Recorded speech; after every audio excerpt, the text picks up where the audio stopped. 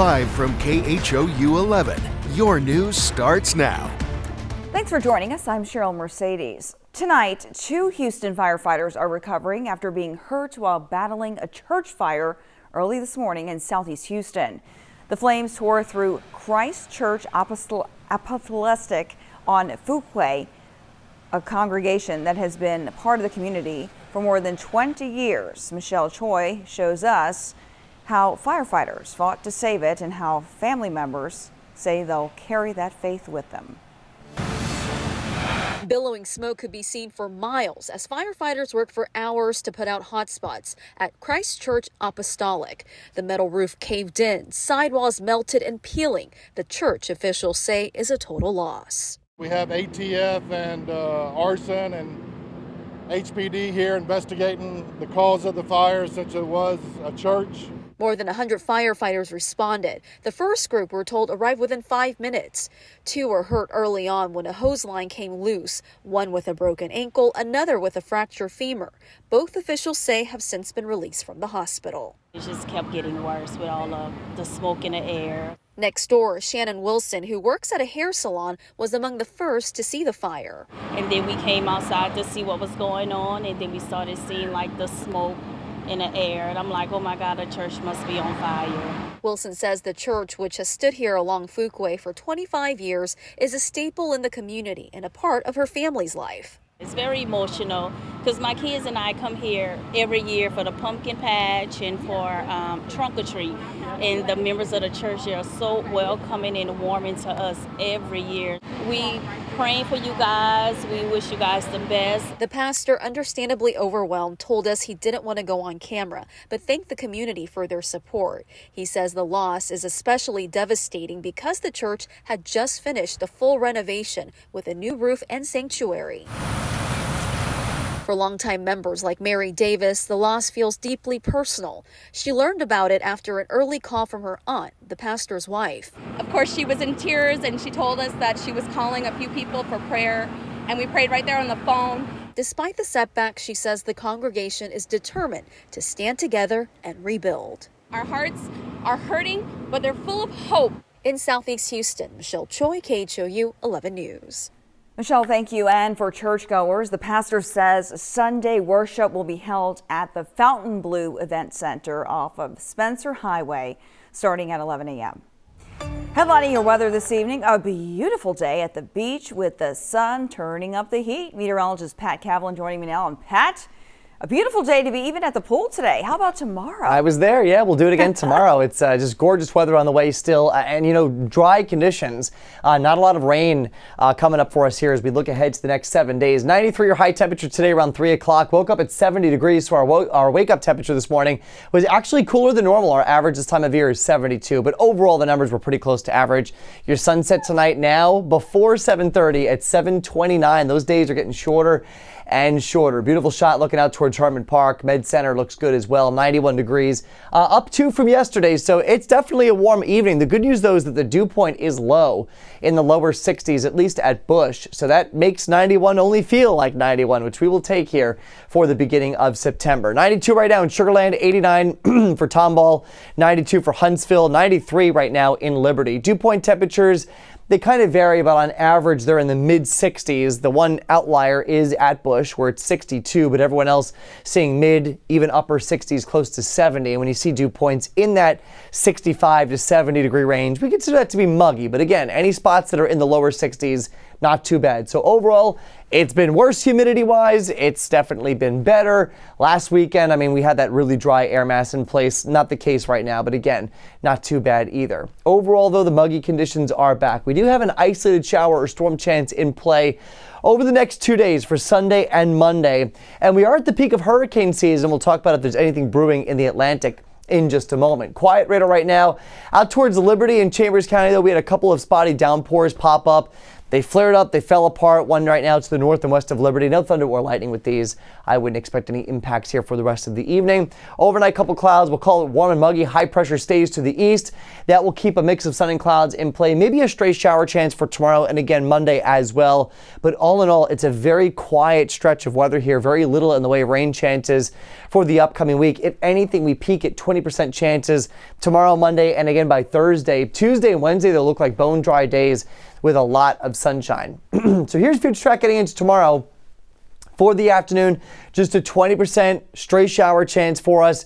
Maybe 1 or 2 thunderstorms, but I really think it's just a shower, if anything. Otherwise, though, a mix of sunshine and clouds. Getting into Monday morning, we'll start off again, mix of sun and clouds, dry conditions, and then another 20% shower chance in play for us. Not really expecting anything in the way of thunderstorm activity. So afternoon practice for the kids looks fine. Anything outside that's thunderstorm dependent looks fine for the next couple of days getting into the start of the week. In the Atlantic, like I mentioned, we are pretty much at the peak of hurricane season right now. We've got one tropical wave that we're watching here off the west coast of Africa.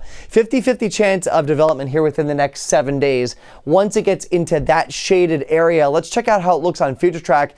We've highlighted it here. Again, looks very disorganized at the moment. That's why we're not expecting any development in the near term. But later this week, watch how it starts to consolidate here by Tuesday and Wednesday. And we even start to see some low pressure cut off there. The question will become, does it hold together as we get towards the end of the week and the weekend? So we got a long time to watch this. And also, where does it go? Right now, the models do curve it to the north. Of course, though, we'll have to keep an eye on trends since we've got about 10 to 14 days before this gets close enough to even impact the United States. But again, trends could take it farther west, but right now the consensus is to go farther to the north. No threats to the United States at this point. And again, we are pretty much at the peak of the season. The official day that marks the peak is September 10th.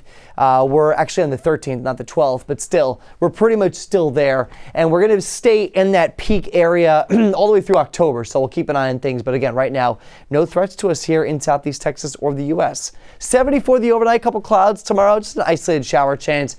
93 your high temperature. Will do 95 for your Monday. And we stay hot for Tuesday and Wednesday. A lot of sunshine, temperatures in the mid-90s.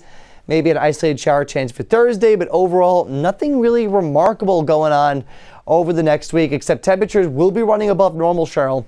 Normal high this time of year is 91. We should be in the low to mid-90s all the way through next weekend. All right. Sun's still sticking around. Yep. Thanks, Pat. A traffic alert for you this evening. TxDOT is doing some emergency repairs on that Houston Avenue bridge. Drivers on I-10 should expect delays for the rest of the weekend. Here's a live look from our TransStar cameras at I-10 and Houston Avenue. The bridge itself is closed, along with all eastbound lanes of I-10 between Shepherd, Durham, and Houston Avenue. The 610 connector ramps to I-10 eastbound are also shut down. TxDOT says the work should be complete by 5 a.m. Monday. Now, this comes after 3 separate strikes to the bridge in just 5 days. Last Thursday, a container hit the bridge, causing the truck to lose its load. Then on Saturday, a trailer carrying an excavator hit the bridge, sending debris flying into a car behind it. And Monday night, a large tank fell off of a trailer under the bridge. TxDOT says a solution is in the works to prevent future strikes by raising I-10 lanes over the bridge. That project, however, is expected to be done in 2028. Well, this weekend, people are mourning the loss of conservative activist Charlie Kirk. Amazing grace, how sweet the sound. In New York, mourners filled Madison Square Park for a candlelight vigil.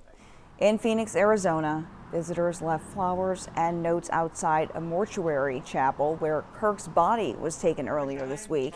And in the same city, supporters built a memorial outside Turning Point USA, the organization he founded to mobilize young conservatives and bring Republican voices to liberal-leaning campuses. He would literally sit there, give you time to prove your point,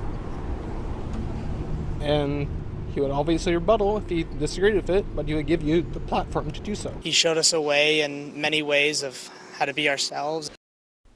As followers of Charlie Kirk continue to mourn his loss, authorities continue to put together more information about Kirk's alleged assassin.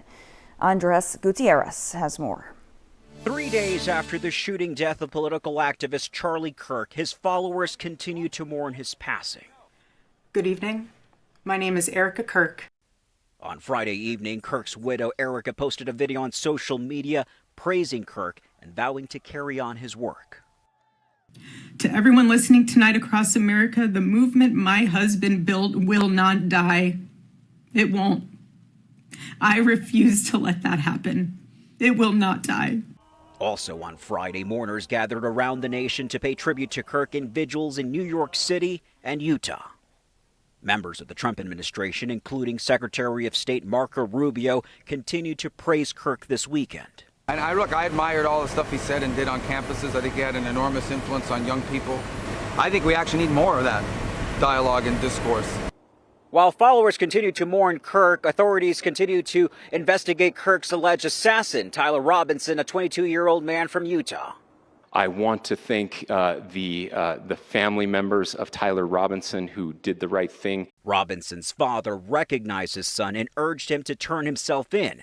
Those who knew Robinson say they're shocked to learn a young man they describe as polite and responsible is accused of doing something so violent. He, since I met him growing up, was always a kind, respectable, genuine kid, the kind of student that teachers liked, and all this, I feel like, not just to me, but everyone else, has come really unexpected.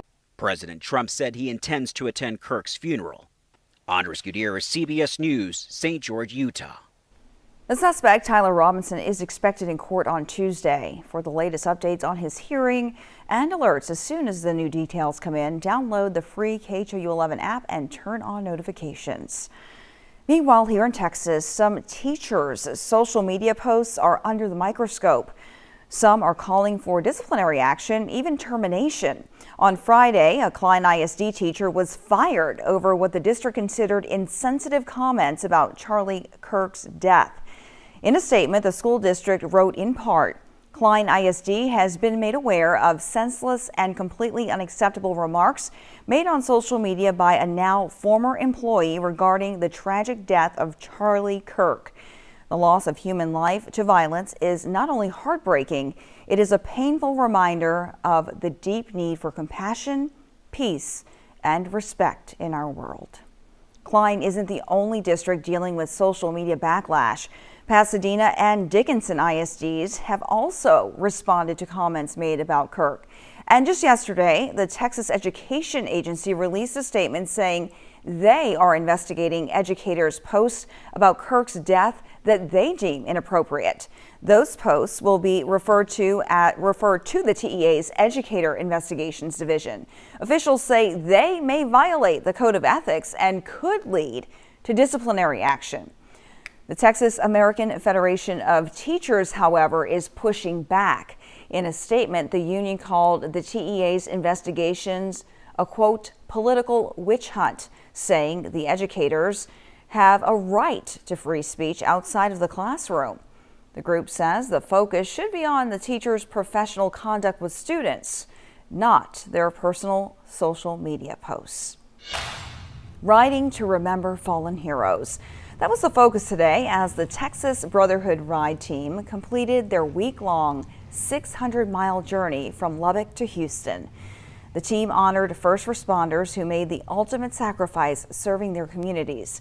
By riding bicycles across the state, they hope to raise awareness about these tragedies and show families, friends, and coworkers that Texas never forgets. We all collectively as a community and as a state always make the solemn pledge that we will never forget. And today it's one more reminder that we don't forget. Texas doesn't forget. We honor our fallen. We respect our fallen and our peace officers, EMS personnel, and firefighters. This year's ride honored 13 fallen first responders, with family members receiving plaques in their honor. There are some of today's top stories here for you. Governor Greg Abbott is doubling the reward in the case of a Houston area father killed nearly 2 years ago. 39-year-old Austin Canuck was stabbed to death inside his Northwest Harris County home in September of 2023. Well, on Friday, Governor's Public Safety Office added $20,000 to the reward, now making it $40 grand. Authorities have released no leads and hope the new incentive will bring someone forward. You can make an anonymous tip, by the way, to Crime Stoppers at 713-222-TIPS. In Uvalde, all schools will be closed next week after officials detected ransomware on district servers. The attack has impacted critical systems from telephones to AC controls and online systems. The district says the FBI is investigating and forensic experts are working to determine how malware got in and whether any sensitive data was compromised. Classes are canceled Monday through Thursday. A Texas woman is raising awareness about Chagas disease, an illness spread by the kissing bug. The bug can transmit the disease through bites to the face. Sandra Youngblood from Killeen says she didn't know she had Chagas until a blood test in 2021. She ignored early recommendations to seek treatment until symptoms like loss of appetite, diarrhea, and headaches started. CDC and the doctors were shocked that it isn't progressing, but it is slow progressing. So they think around my 50s and 60s is when I'm really going to start feeling the symptoms a lot more than I am right now. Ouch. Well, there is no vaccine or drug to prevent Chagas, but the CDC recommends contacting your doctor if you experience symptoms. And one of the best ways to lower your risk is by spraying insecticides and taking steps to keep kissing bugs out of your home. Well, good news for Texans fans. Ahead of Monday's night's game here at home, NRG Park has opened a new 240-foot rideshare canopy in the yellow lot, making it easier for fans to get picked up and dropped off. The covered area offers shade, weather protection, and a protected pedestrian loading zone to help keep traffic moving.